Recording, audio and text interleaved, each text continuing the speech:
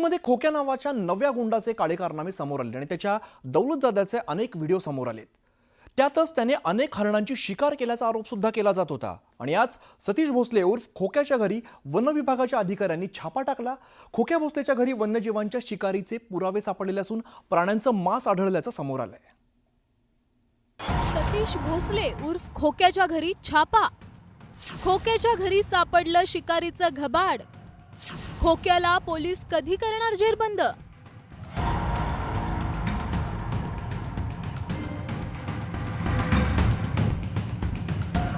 हे दृश्य जरा निरखून पहा। पोत्यात प्राण्याचं वाळलेलं मांस, वन्य प्राण्यांचे अवशेष, हाडं, शिकारीची शस्त्र, वाघूर, धारधार शस्त्र आढळून आली आहेत। ही शस्त्र शिकारीसाठी वापरली जात असल्याचा संशय आहे। त्याच सोबत गांजाची 2 पाकिटही आढळली आहेत। हे सगळं काही सतीश भोसले उर्फ खोक्याच्या घरातून पोलीस आणि वन्य विभागाच्या पथकानं हस्तगत केलंय। खोक्यानं 200हून अधिक हरणांची शिकार केल्याचा आरोप झाल्यानंतर पोलीस आणि वन्य विभाग खडबडून जाग झालाय। बीडच्या शिरूर शहरालगत असलेल्या झापेवाडी शिवारातील खोक्याच्या घरावर वन विभाग आणि पोलिसांच्या पथकानं छापा मारला आणि शिकारीची शस्त्र हस्तगत केली।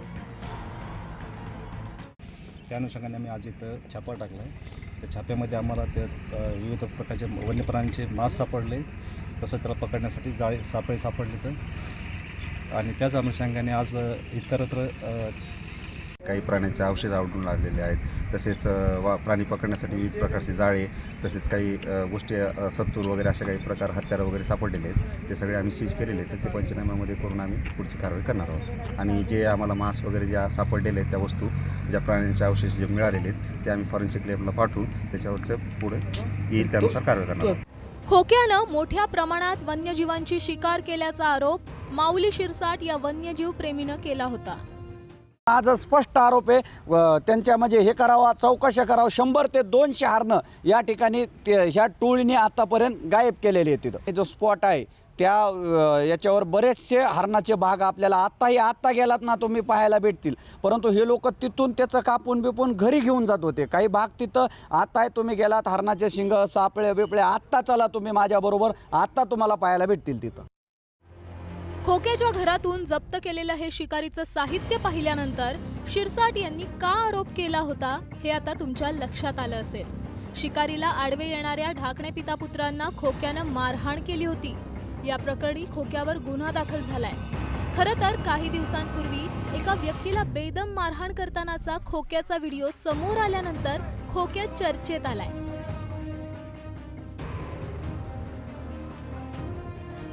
त्यानंतर त्याचे कारनामे उघड होऊ लागलेत। कधी वाहनात पैशांची उधळण करताना, कधी हेलिकॉप्टरमधून उतरताना, तर कधी वाहनांचा ताफा घेऊन जातानाचे खोक्याचे अनेक व्हिडिओज सोशल मीडियावर व्हायरल होत आहेत। त्याच्यात मध्ये तो ज्या मस्तीमध्ये चालला आहे, ती मस्ती त्याची एक दिवस त्या बीड जिल्ह्याला निश्चितच धोक्याच्या घंटा म्हणून त्याच्याकडे पाहिलं पाहिजे।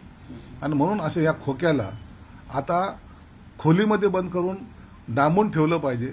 आणि तो निघता कामाने याची काळजी हे सरकार निश्चित घेईल। आता मला वाटतं खोक्या सुटणार नाही, त्याचा तिथं जेलमध्ये बोक्या झाल्याशिवाय राहणार नाही। खोक्या हा भाजप आमदार सुरेश धस यांचा कट्टर कार्यकर्ता असल्याचा आता लपून राहिला नाहीये। सुरेश धसांसोबत असलेली त्याची जवळी एका व्हिडिओतून समोर आलीय।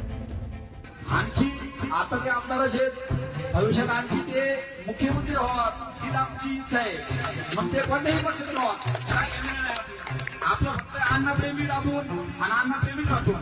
आपण ना कोणत्या पक्षाचे राजकीय का भारतीय जनता पार्टीच्या पदावर आहे, तरी मी उद्या अण्णा कोणत्याही पक्षात गेले तर माझा पहिला असणार। दरम्यान खोक्याच्या या प्रतापामुळे सुरेश धस यांच्यावर टीका करण्याची संधी त्यांच्या विरोधकांना मिळाली आहे। मी मुख्यमंत्र्याला आवर्जून सांगणार आणि मी मंगळवारी त्यांची भेट घेणार आहे या मुद्द्यावर, मंगळवारी। आणि या परिसरातलं शिष्टमंडळ येणार आहे आणि आम्ही भेट घेणार आहेत। त्या ठिकाणी सहआरोपी हा सुरेश धस सुद्धा झाला पाहिजे। हा दुसऱ्याला म्हणतो आक्का, आता हे तर आक्काचा आक्का झाला ना। हा अक्काचा अक्का झाला. झोपडीवजा घरात राहणाऱ्या सतीश भोसले उर्फ खोक्यानं ही दौलत कशी आणि कुठून कमावली, तसंच त्याला पोलिसांचा धाक का नाही, कायदा हातात घेण्याचा अधिकार त्याला कोणी दिला. आता त्याच्या शिकारीचं प्रकरण समोर आल्यामुळं खोक्या चांगलाच कायद्याच्या कचाट्यात अडकलाय. सुरेश जाधवसह ब्युरो रिपोर्ट, न्यूज 18 लोकमत.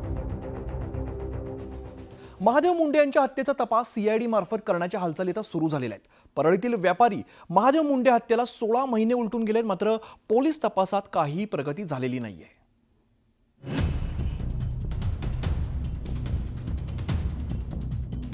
एकवीस ऑक्टोबर 2023 रोजी महादेव मुंडे यांची निर्घृण हत्या झाली होती.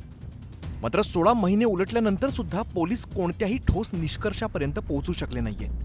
त्यामुळे मुंडे कुटुंबानं वारंवार तपास यंत्रणांवरती संशय व्यक्त करत न्यायाची मागणी केली आहे. न्याय मिळण्यासाठी सीआयडी तपासच गरजेचा असल्याचं ज्ञानेश्वरी मुंडे यांनी वारंवार सांगितलंय. स्त्री आपल्या पतीच्या न्यायासाठी किती ह्यांना भीक मागत आहे, तरी पण हे CDR काढत नाहीत ना, काहीच करत नाहीत. मग ह्यांनाच कळायला पाहिजे की प्रशासनाला की आपण का म्हणून आरोपीची पाठराखण करत आहोत. महादेव मुंडेंच्या हत्येचा तपास DYSP दर्जाच्या अधिकाऱ्यांकडे देण्यात आला होता. मात्र 15 दिवस उलटून सुद्धा तपासात काहीही प्रगती झालेली नाही. परिणामी संतप्त मुंडे कुटुंबियांनी जिल्हाधिकारी कार्यालयासमोर 1 दिवसाचं उपोषण केलं होतं. तपास CIDकडे देण्याच्या अनुषंगाने हालचालीला वेग आलाय. त्यामुळं ज्या पद्धतीने संतोष देशमुख हत्या प्रकरणात CIDने काम करून आरोपी निष्पन्न केले आणि चार्जशीटही फाईल केलं, त्याच पद्धतीने आता महादेव मुंडे हत्या प्रकरणातील आरोपी निष्पन्न करून त्यांना अटक करण्यासाठी CID तपासाची सूत्रे हाती घेणार का, हे पाहणं महत्त्वाचे असेल. भाजप आमदार सुरेश धस यांनीही या प्रकरणात CID तपासाची मागणी केली होती. शरद पवारांच्या राष्ट्रवादी काँग्रेसनंही CID कडून तपास करण्याचा मुद्दा वारंवार मांडलेला आहे. परिणामी आता महादेव मुंडे हत्या प्रकरणाचा तपास CID कडे सोपवण्याच्या हालचालींना वेग आलाय. सुरेश जाधव, न्यूज 18 लोकमत, बीड. भाजप आमदार सुरेश